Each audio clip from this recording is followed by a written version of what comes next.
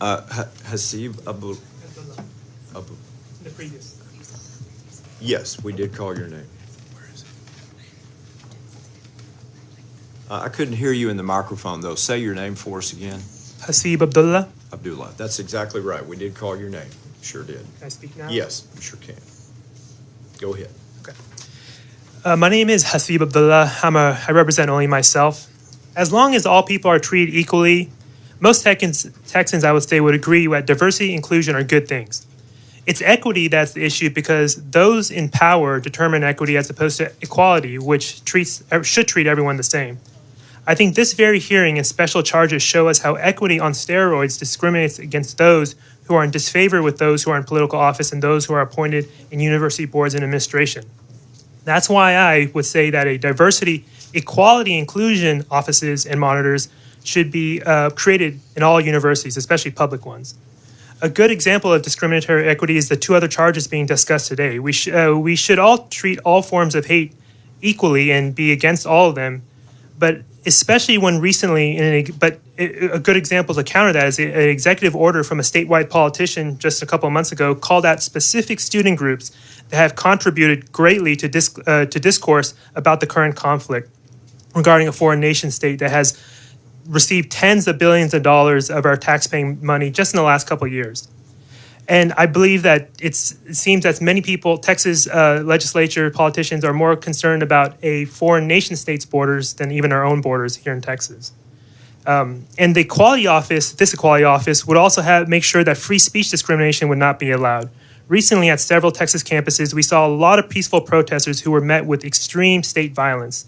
And that same statewide politician that I mentioned before said before anything had really happened that all these peaceful protesters should be put in jail, probably because they did not want their taxpaying dollars to be used for crimes against humanity, ethnic cleansing, as much as he wanted it to be used for that.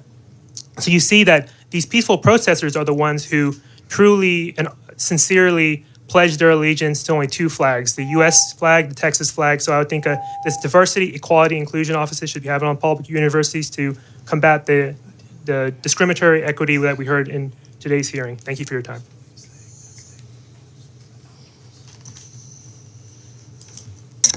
Thank you very much. Go ahead.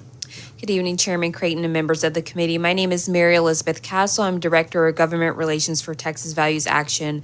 I'm also an adjunct professor at a small college here in Texas. I'm here to talk about SB 18 and its implementation in the past 5 years. Texas Values Action was in support of SB 18, a free speech on campus bill.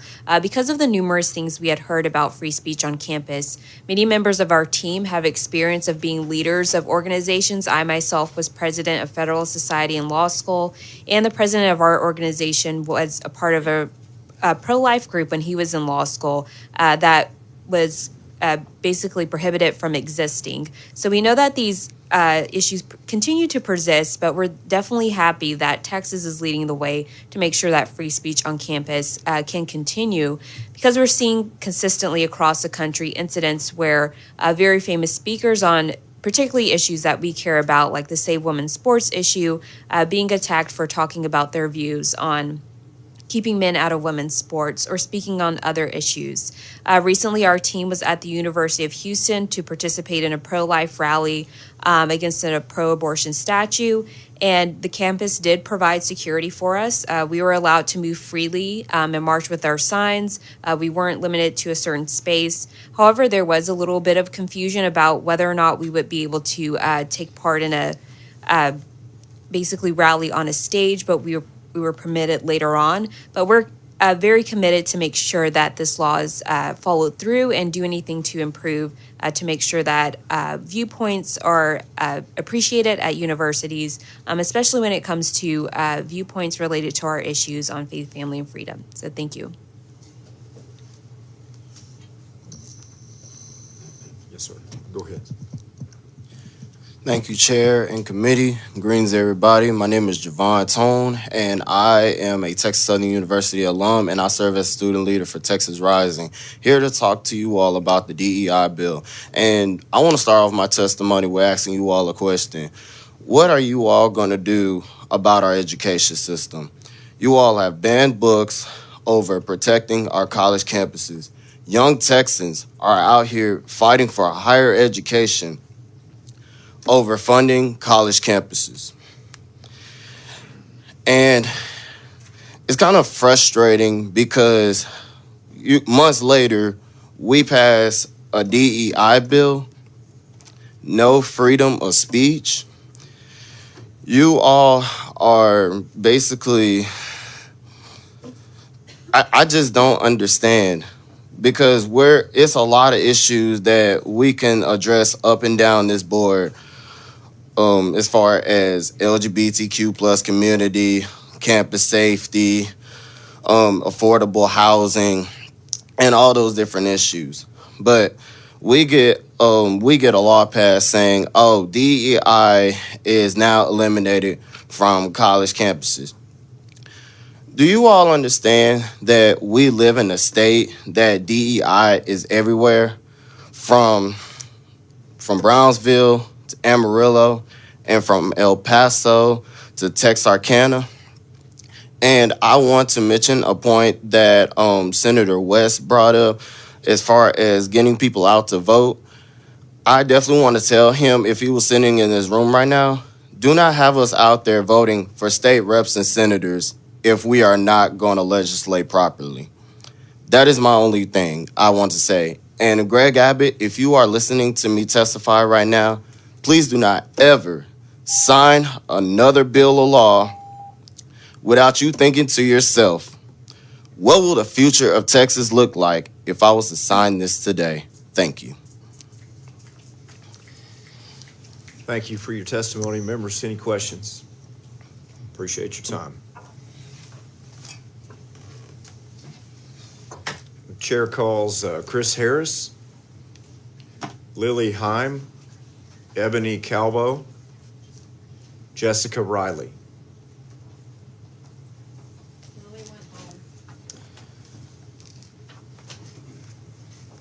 The chair is advised that Ms. Heim has exited, so the chair will now call Kimberly Yancey. Lily Heim is they, them.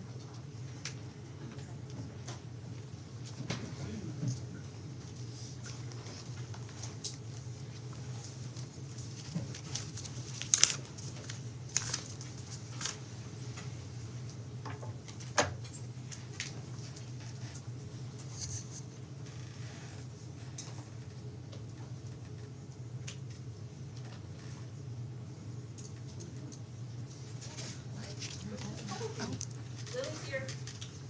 I was giving you some extra time. Thank you, I appreciate it. We were told that you were gone, but we waited because you're important. Thank you, I appreciate it. You're welcome. I believe I've given, is it okay if I use my phone for It's the absolutely transcript? I okay. have some written, Just as well. stay as tight as you can to 2 minutes, and yes, you can refer to notes. yes, give me one moment, because I have them written somewhere, but.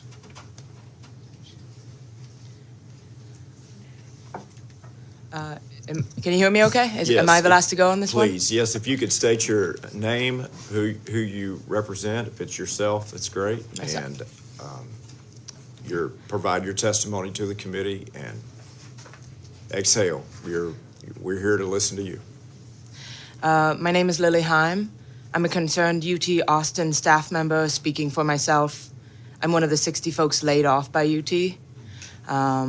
I watched as many of my colleagues, myself included, were taken over with fear over the past year of what would happen to our students, knowing the repercussions of losing such valuable and life-saving resources.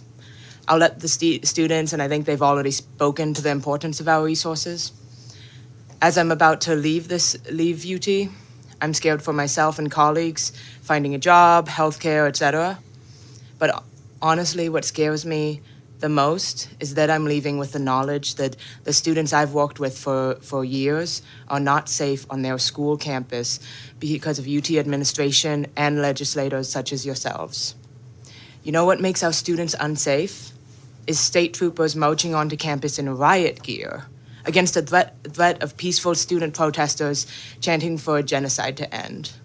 State troopers were so threatened by this apparently, they changed the rules, not allowing people adequate water or medical care and brutalizing a lot of these people half their size. A lot of the news reports will say mostly people of color.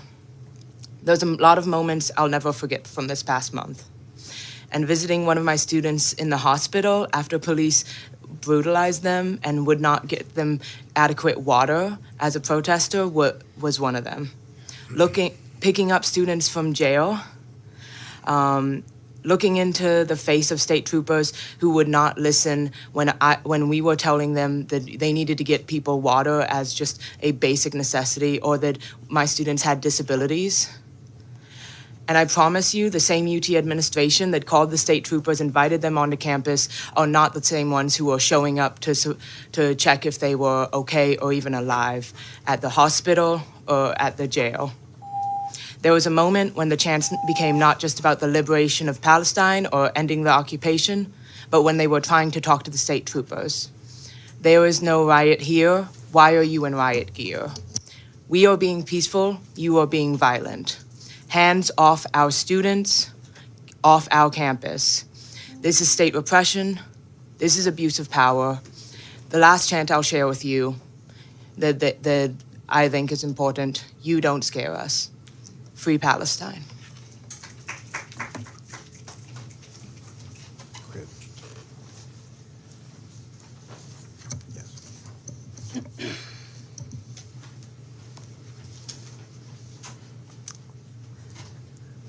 All right, hello everyone.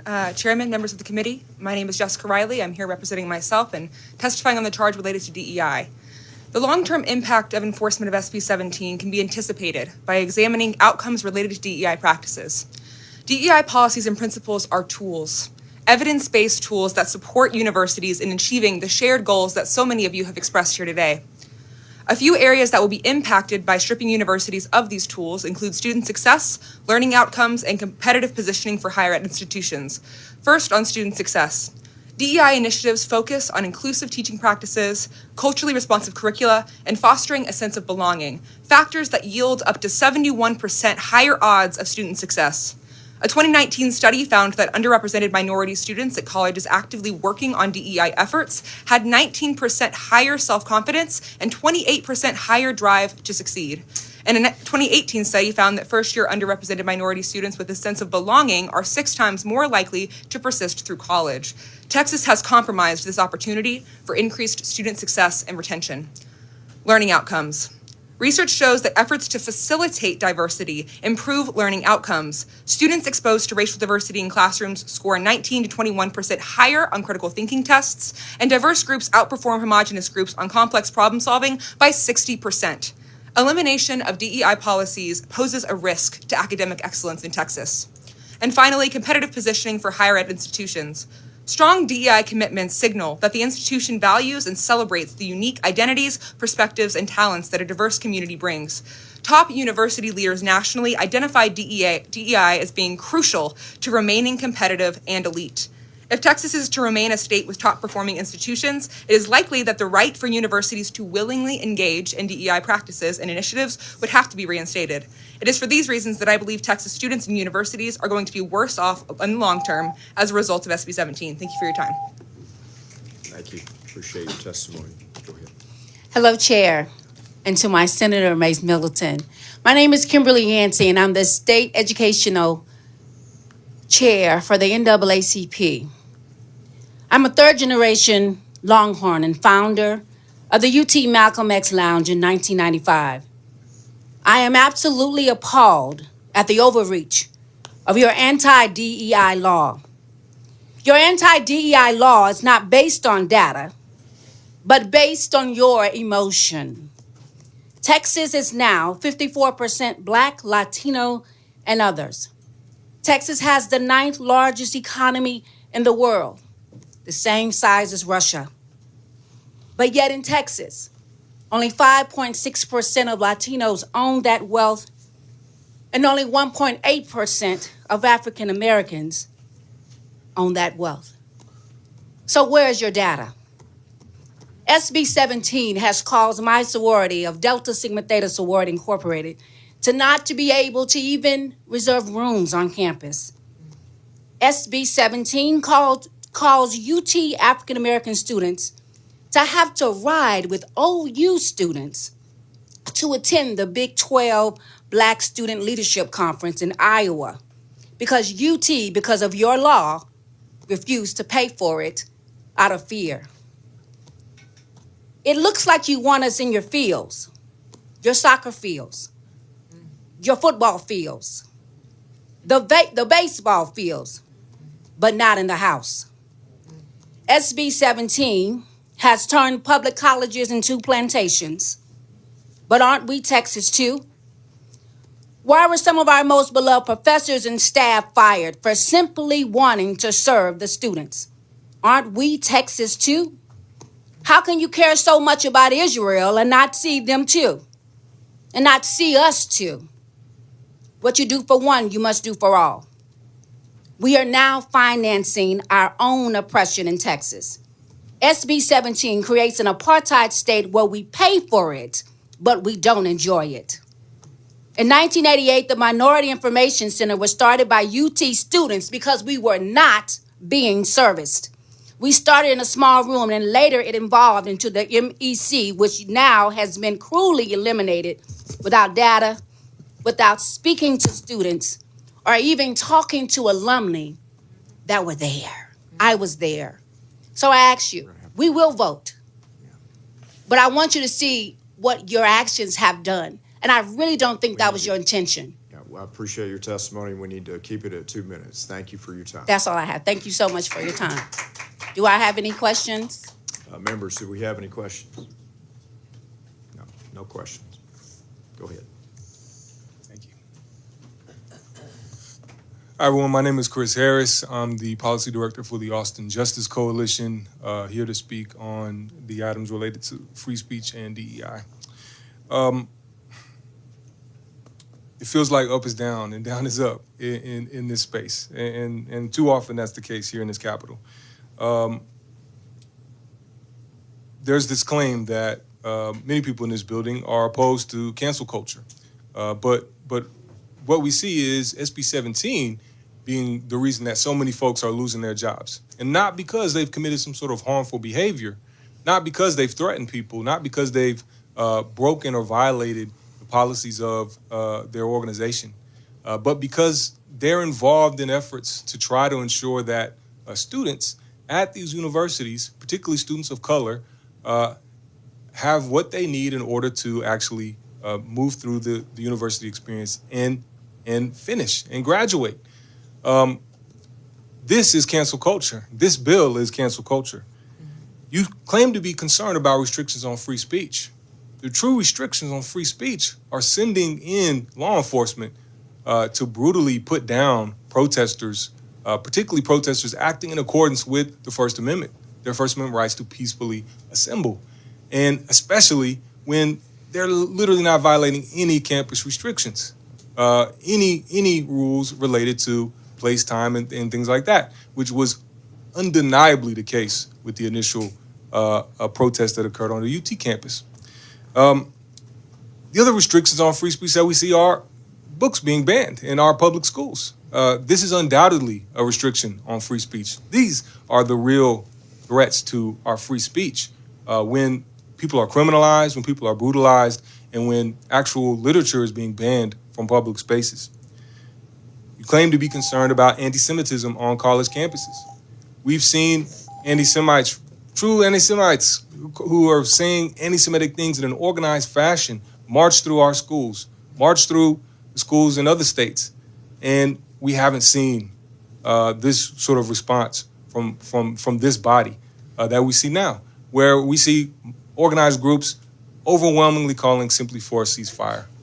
So I urge this body to educate itself more. I think we share a lot of the same goals, but what you're pursuing is actually very much against the goals that you profess to claim. Thank you. Members, any questions? Thank you to this panel. Appreciate your testimony and your time. Chair calls Megan Fairbanks, Andrew Hendrickson, Emily Villarreal Islas, and Isis Caballero.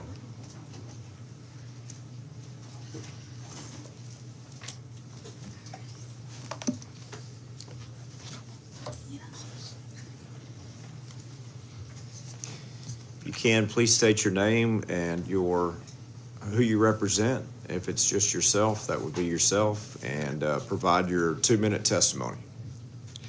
Good evening. Thank you, Chairman Creighton. My name is Andrew Hendrickson. I'm here representing the ACLU of Texas. Anti-Semitism and Islamophobia are morally abhorrent. Full stop.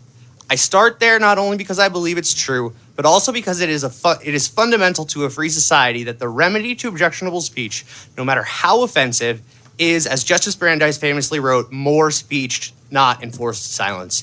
His reasoning highlights why protecting speech at colleges and universities, which the Supreme Court has called the marketplace of ideas, is vital. He wrote, through full discussion, we can avert the evil by the process of education. The importance of the free exchange of ideas to education is why the Senate interim report that led to SB 18 in 2019 stated, free expression should be an essential mission of any college or university. While some limitations on speech are permissible to be constitutional, they cannot be enacted or enforced to silence unpopular viewpoints. Even time, place, and manner regulations that are neutral on their face cannot be unevenly applied to censor speech because of its content. When SB 18 passed in 2019, it was in response to universities canceling speeches and rallies hosted by right-wing groups in the name of campus safety, including those featuring anti-Semitic hate speech. To change the law now, because the controversial speech comes from a different perspective, would result in exactly what the First Amendment forbids: government regulation of the marketplace of ideas. Moreover, isolated violations of valid time, place, and manner regulations or other prescribed speech, such as true threats, cannot be used to justify a disproportionate police response or banning future protests to censor or have a chilling effect on protected speech by anyone with the same viewpoint as the violator. The ACLU has a long history of protecting the unpopular speech the First Amendment is intended to protect, from flag burning to cross burning. We support strong protections for students against threats and harassment. They must be narrowly tailored to prevent government suppression of constitutionally protected speech. Respecting the First Amendment rights of students requires nothing less. Thank you. Thank you very much. Members, questions? Go ahead. Good afternoon. My name is Isis Caballero, and I am a concerned student from Houston, Texas.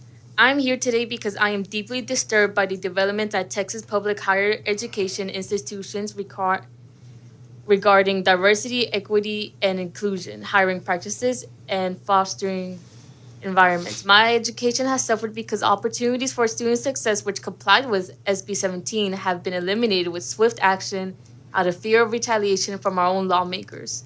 Whether you like it or not, Texas is becoming more diverse. It's time to ensure business and schools acknowledge that as well. It's necessary that minorities are not discriminated against and that they are provided the same opportunities and protections. If they are discriminated against, it's in their best interest to have something to back them up, as it's well known that we don't have that most of the time. We're just on our own. Trying to pass SB 17 would just be regressive. I worry that y'all will not stop at higher education, but will go after secondary and primary education as well, that have programs that encourage inclusivity. I can say that as a gay woman, these events I attended when I was a teenager, and hearing about how universities have DEI offices are one of the many reasons why I chose to pursue an education. It was nice to know that I could feel safe being who I am. Now y'all want to take that away for future and current students. If we aren't safe in places that we are getting our education from, then when are we ever going to be safe? Having DEI offices does not promote exclusivity, but ensures that everyone knows that they belong. I'm not sure if you heard that, Senator Creighton, because you said that having DEI offices just promotes exclusivity. We're asking for a complete reversal of SB 17, which is a reasonable request considering that sprawling impacts that develop from its vague nature. The law is nuclear and it's causing universities to go above and beyond despite not breaking rules. Thank you for Thank you for listening. I hope you consider this testimony and provide an outlet for quality and inclusive education in Texas. Thank you very much. Go ahead. Good afternoon, committee chair and committee. Thank you for allowing me to speak in front of you today. My name is Emily Villarreal Islas, and I'm testifying against the SB 17 bill. As a first-generation Mexican-American student and active student leader on campus, I have witnessed the negative impacts of the SB 17 implementation firsthand. But what truly hurts me the most is the step back we're taking with our education systems. Eliminating DEI initiatives and programs is showing us students from underrepresented backgrounds, like myself, that the state and the universities are not invested in our educational success. The state and universities do not care about creating safe spaces for me and my diverse communities we have on campus. The SB 17 bill is depriving students from the right to learn about discrimination, diversity, equity, and inclusion from experts in these fields of research.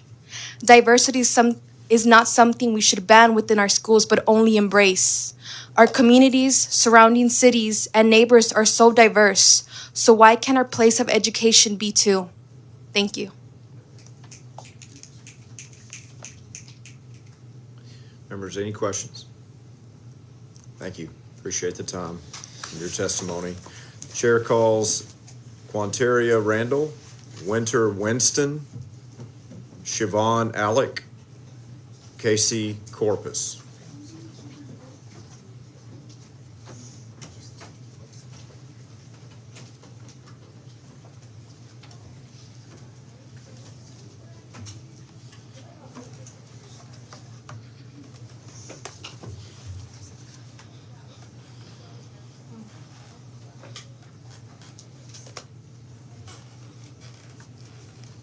Is Casey Corpus still here? Casey? Quanteria Randall. Winter Winston. I'm right here. And Kashawn Sanders.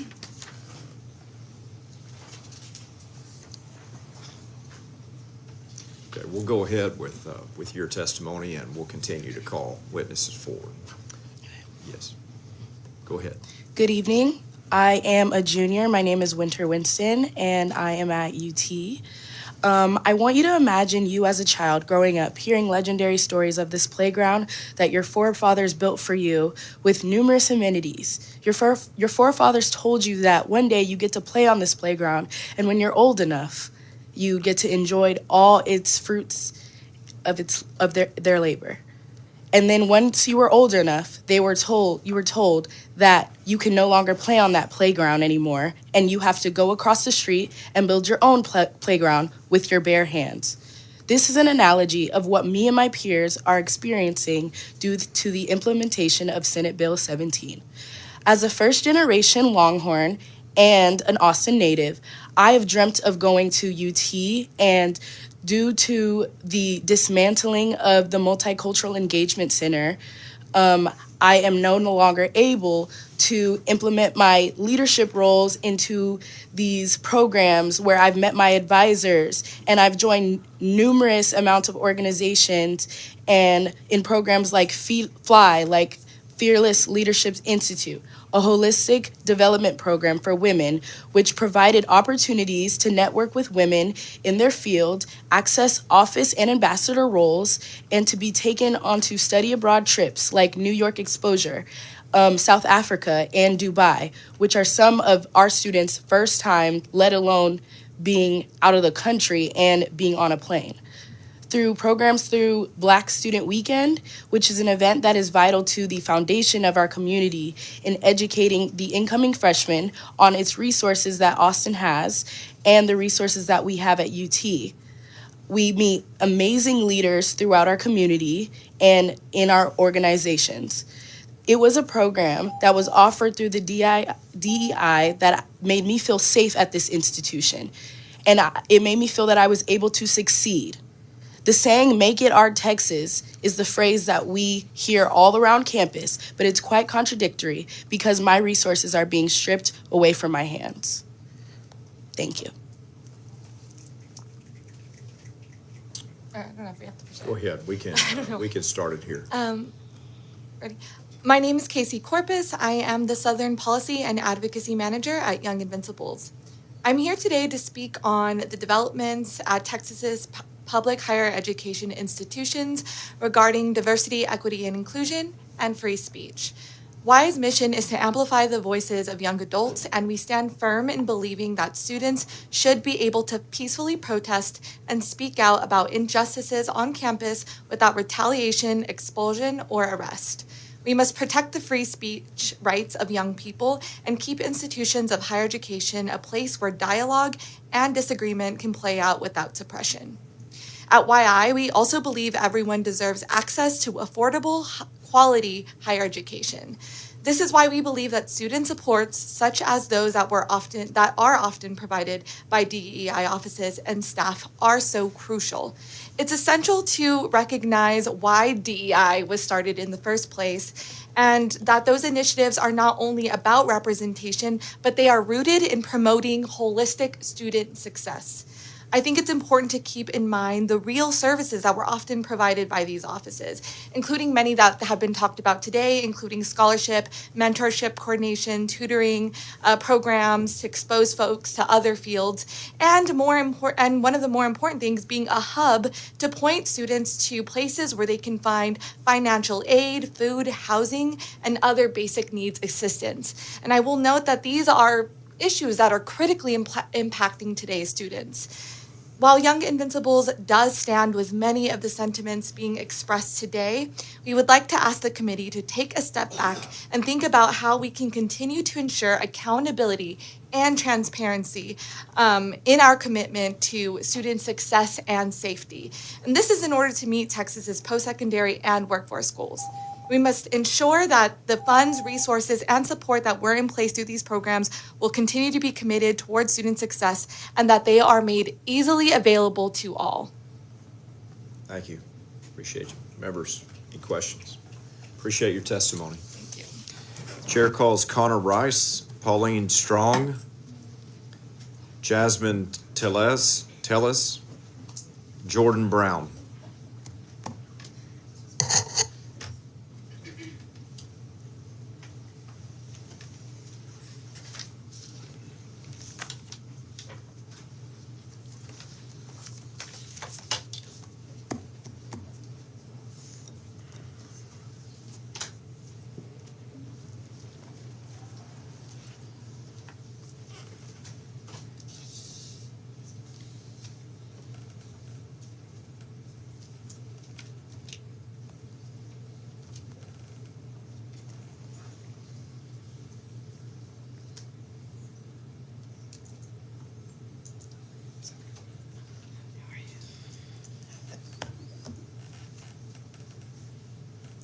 Tell me your name, please. Connor Rice. Connor Rice, and Pauline Strong.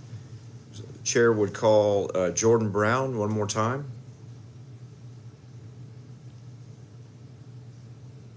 Jasmine Tellez. Sandra. Not sure about the last name. Help us with that. Isiguzo. Yep. Perfect. Come forward. Thank you. How about Jim Kuhn? Thanks for coming all the way. Mr. Kuhn has exited. Alice Thompson. Okay, we'll go ahead with you three, and if Ms. Thompson is here, she can come forward. Tell us your name. Jasmine Tellez. Jasmine. Okay, got it. So we have a complete panel. If I called your name in that sequence, please hold, and we will get you up next time as soon as possible.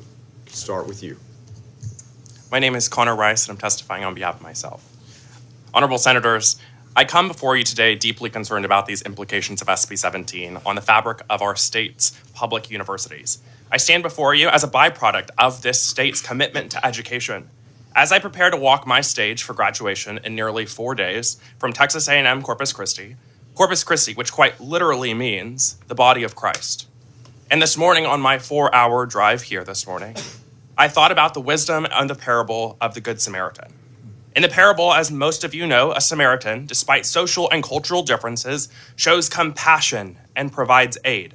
This narrative should remind us all of the imperative to extend care and support to all, especially to those marginalized and in need.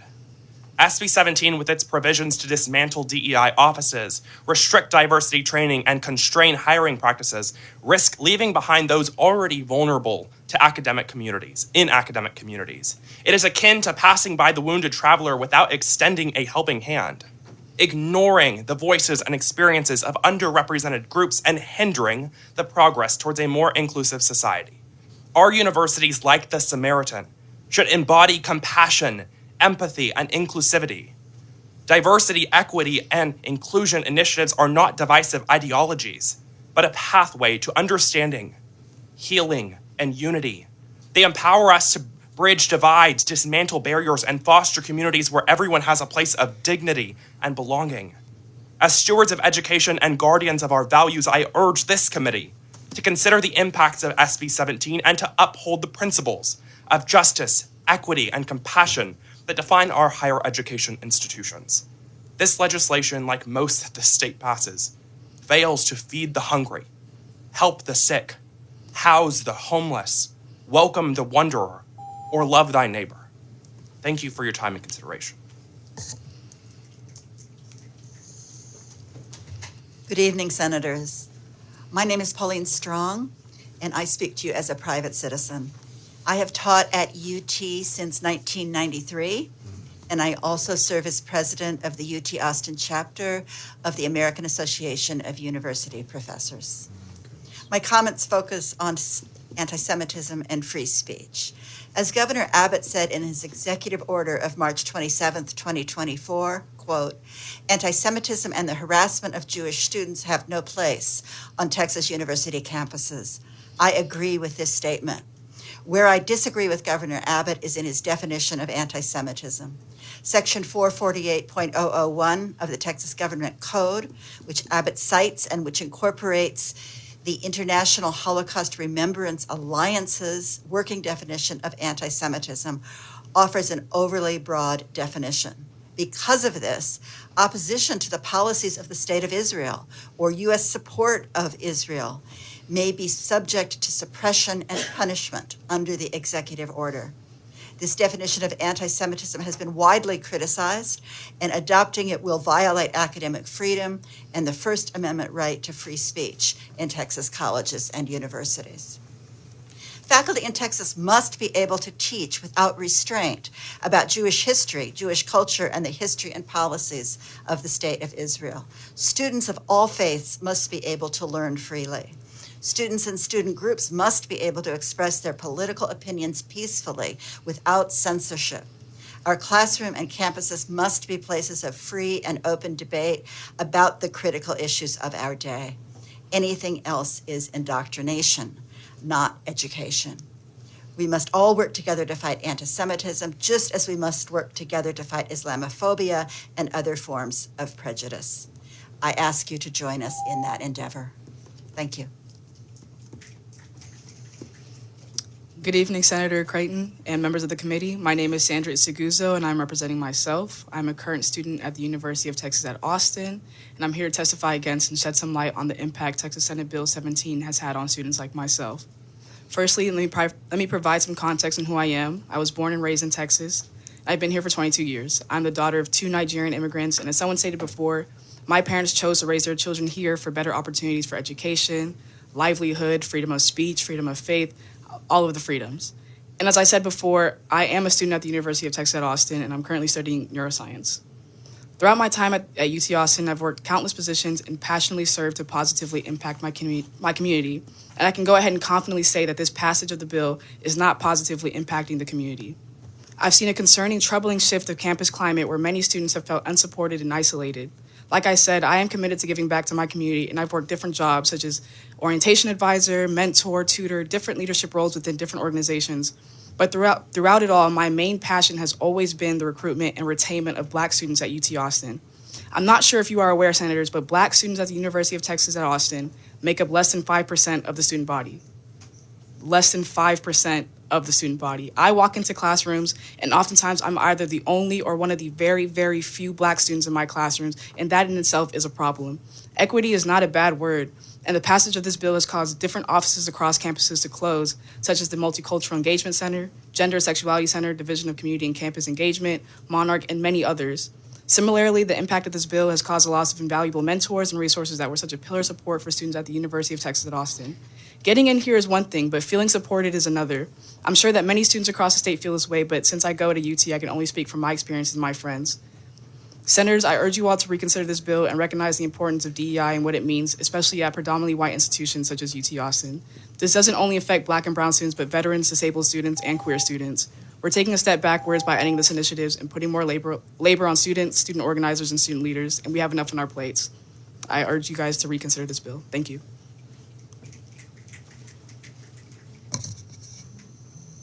Good evening. My name is Jasmine Tellez, and I'm representing myself as a constituent of District 4 from Montgomery County and representing Texas Rising today.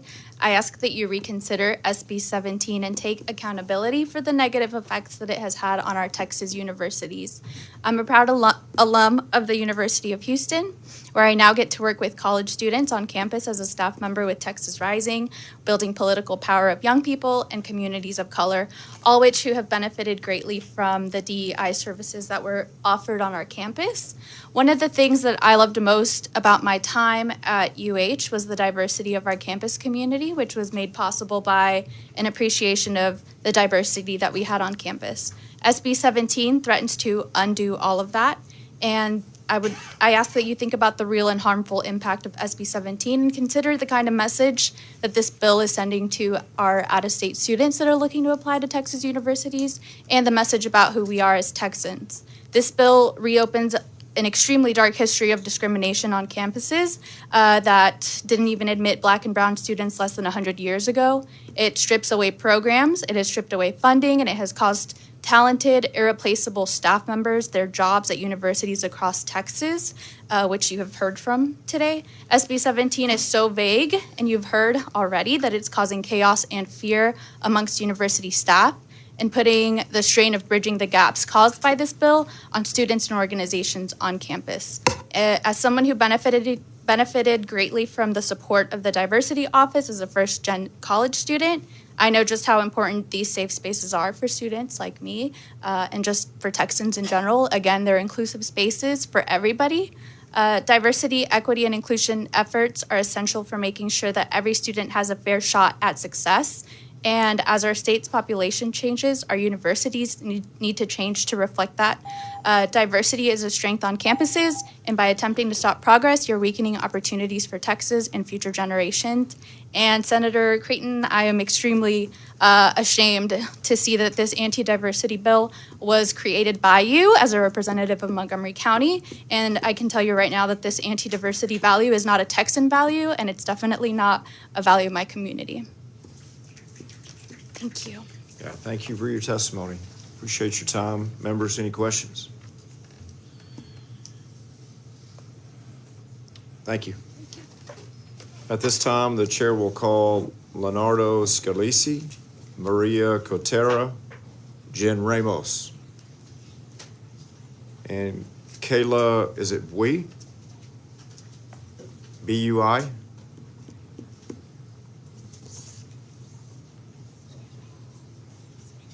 Is Kayla still here?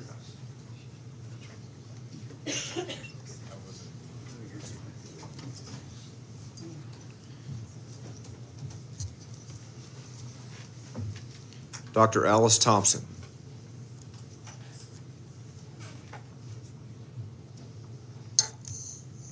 D'Angelo Coulter.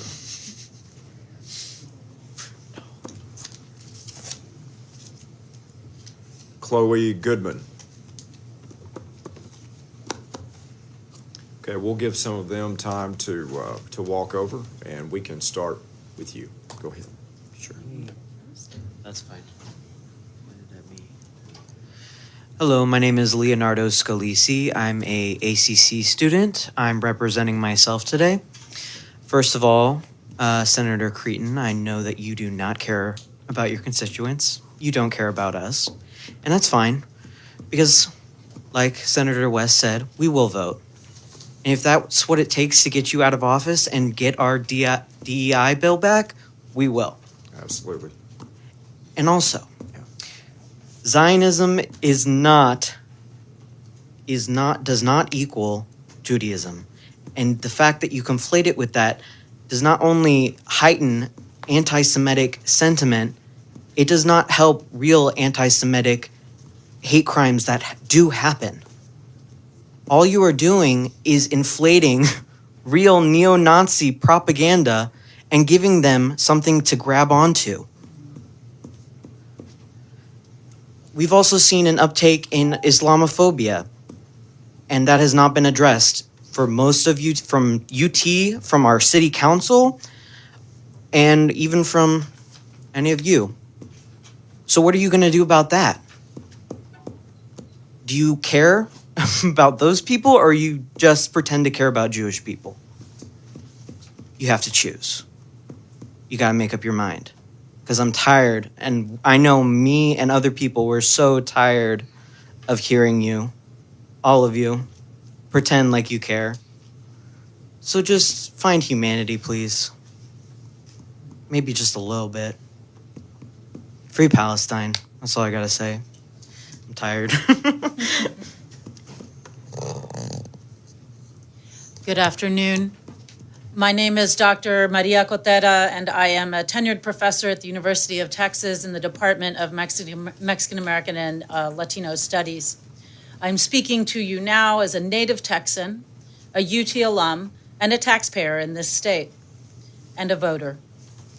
People have spoken far more eloquently than I can about the toxic climate for students, faculty, and staff on our campus in the wake of SB 17.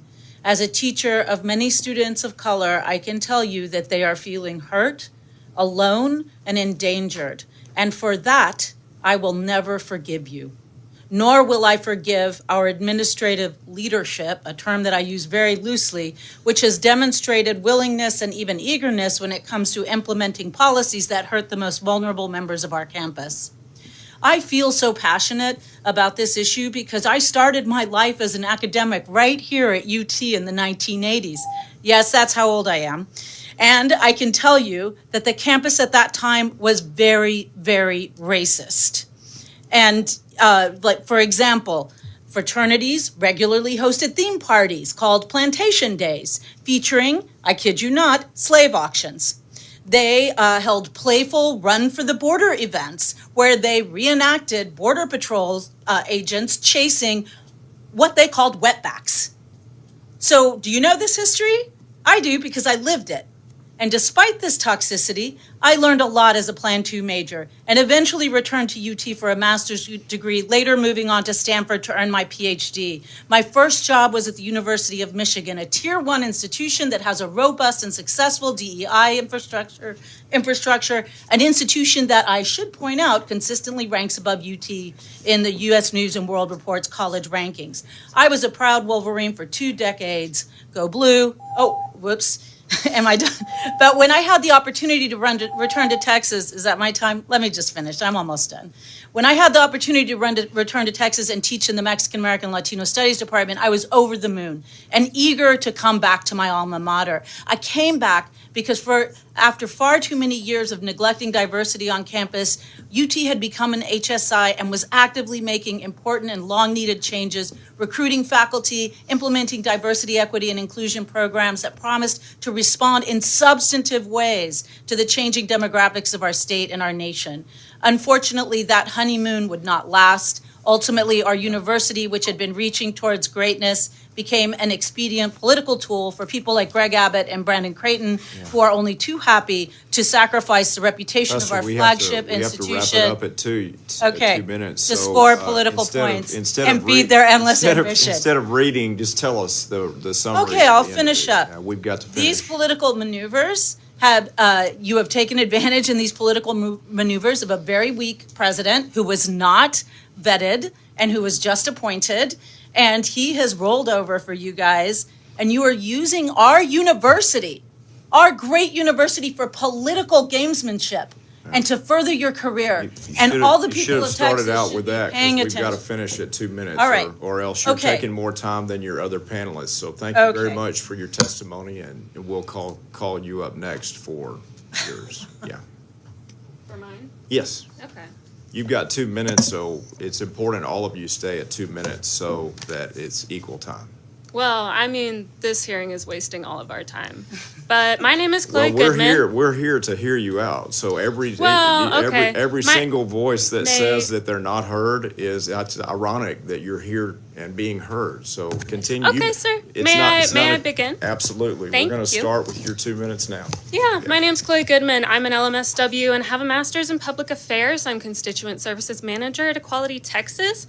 And I'm testifying against SB 17 because it was designed to fix an imaginary problem, provides no benefit to truly anyone, and threatens the future of Texas's workforce. I'll speak to my experience at the LBJ School of Public Affairs at UT. My peers in my cohort were brilliant, hardworking, and energized to make the future better. And we attended a school that valued diversity of backgrounds, beliefs, and socioeconomic status, as well as geographic diversity, interestingly. And we still learned that just asking for diversity is not enough. When we pushed for DEI training, which is something that we were promised at orientation, the DEI officer herself shut us down. So there wasn't an overproliferation of DEI practices, believe me. In what was supposed to be my last semester at LBJ, I had to drop a course because the professor was going back and forth with me arguing that dehumanizing anti-Asian rhetoric had a place in our class discussion. Yes, she was a white woman. Yes, I am Asian American. And this was when I was seeing videos of elders that looked exactly like my grandmother being attacked in the streets by strangers. So I got no refund for that course. I had to pay for another course over the summer, and nothing changed. If anything, we need more cultural competence among those in power and not less. And if the legislature's solution to uncomfortable conversations is to shut everyone up, highly educated professionals like myself and those in my cohort know where to find jobs that will embrace them, and that's not in Texas. So for the sake of Texas's future, I hope you'll repeal SB 17. Thank you. Go ahead. Thank you, Chair Cray and the members of the committee. My name is D'Angelo Coulter. I'm a student at the University of Texas, and I'm testifying on SB 17. And I'm testifying on behalf of myself. As a graduate student and an alumnus of Texas Southern University, a premier historically Black university in Houston, Texas, I stand before you to express grave concerns regarding SB 17 and proposed implementations of monitoring banning DEI programs in our public colleges and universities. SB 17 threatens the very essence of academic freedom and inclusivity that should define our institutions of higher learning. DEI programs are merely not optional add-ons.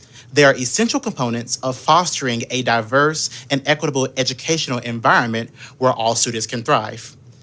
As a prospective PhD student, I am deeply troubled by the prospect of pursuing my doctoral studies in a state that prioritizes bureaucratic control over academic excellence and social progress. It pains me to even contemplate leaving my home state, but the prospect of being stifled in my pursuit of knowledge and a overcompliance from public universities leaves me with very little choice. I implore you to reconsider the implications of SB 17 and instead focus on policies that promote diversity, equity, and inclusion in our higher education institutions. Let us not betray the very principles which upon our institutions were founded upon. To cultivate intellectual curiosity, foster critical thinking, and prepare students to become engaged citizens in an increasingly diverse society and interconnected world. Thank you. Appreciate it. Members, any comments or questions? Thank you. Chair calls Matthew Bradley, Joshua Sklar, Lee Orfila, Brian Rowland.